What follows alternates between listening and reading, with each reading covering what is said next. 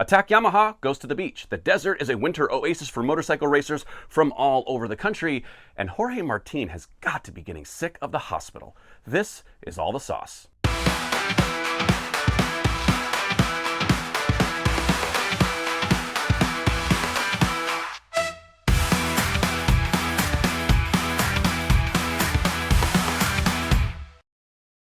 Welcome back to All the Sauce, where we read the motorbike news so you can simply watch it. Here's what you need to know for January 23rd, 2026. California Superbike School locks in their schedule for 2026, and a few events are already sold out, including single days at Barber Motorsports Park. So if you're planning to attend this year, they recommend registering soon. Now, if you're looking for immediate availability, two great options are right here for you. Upcoming two-day camps in Las Vegas Motor Speedway, March 7th and 8th, and single-day schools at the new circuit at Buttonwillow Raceway Park, March 28th and 29th. This year, the program is visiting several venues that either are new to them or they haven't been to in a long time. Highlights include Buttonwillow, like we just said, Carolina Motorsports Park, Jennings GP, I think in North Florida, Utah Motorsports Campus, Chuckwalla Valley Raceway Podium Club, and Mid-Ohio. For more information and schedule availability, check them out at superbikeschool.com. Triumph is taking its popular Trident 660 and Tiger Sport 660 to the next level with their most significant updates yet. These updates deliver more performance, making the Trident a much sportier choice, while the Tiger Sport delivers character and excitement while also improving its touring capability. At the heart of the upgrade is a major engine enhancement. Both models will now feature a higher performance 660cc triple engine, producing an impressive 95 horsepower and 68 newton meters of torque. This step up in power puts the Trident 660 at the top of the middleweight roadster class, while the Tiger Sport combines its new performance with improved touring capability for riders who want to go further, asserting its position as the ultimate middleweight all-rounder. The Trident gains a more muscular stance with new bodywork and a chiseled fuel tank, reinforcing its athletic roadster attitude.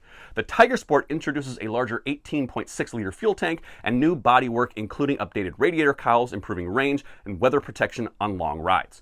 Both models retain their agile, confidence-inspiring handling, now complemented by chassis refinements and improved ride quality. The Trident 660 benefits from a Showa rear suspension unit for improved adjustability, while the Tiger Sport retains its accessible ergonomics and low seat height, ensuring comfort for everyday riding and long-distance touring. Over 200 racers from far and wide gathered again in the California desert for some awesome racing and perfect weather.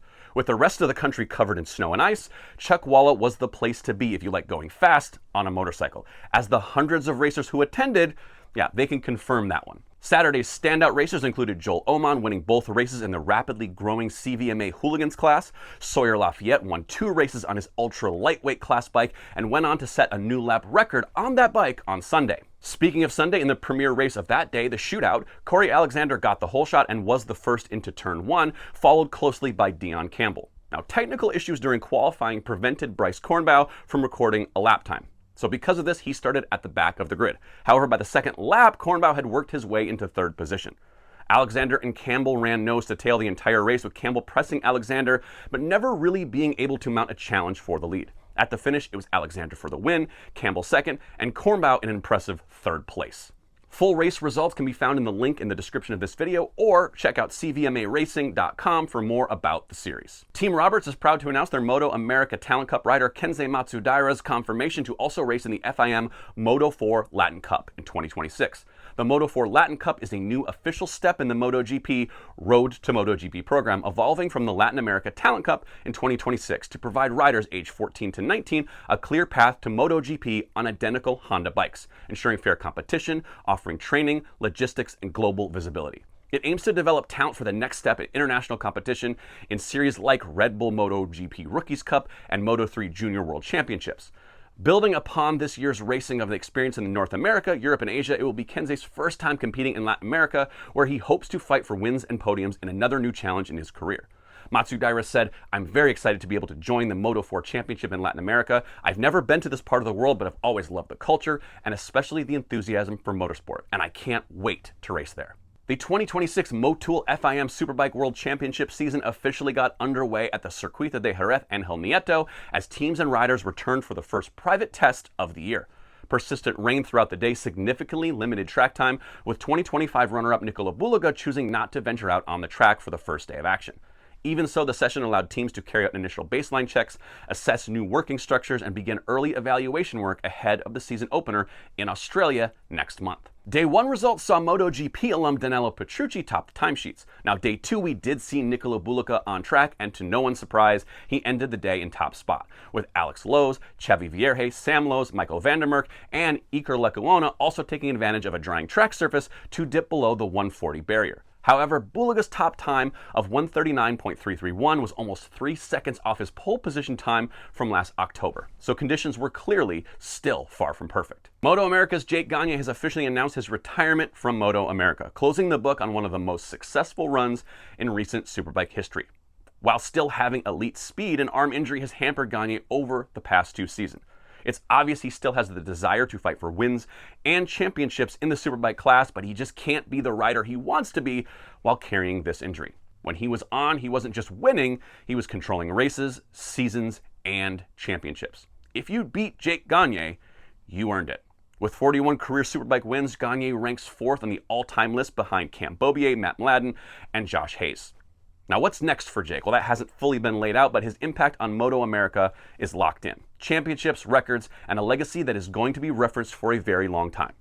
It's kind of the end of an era, but one hell of a run.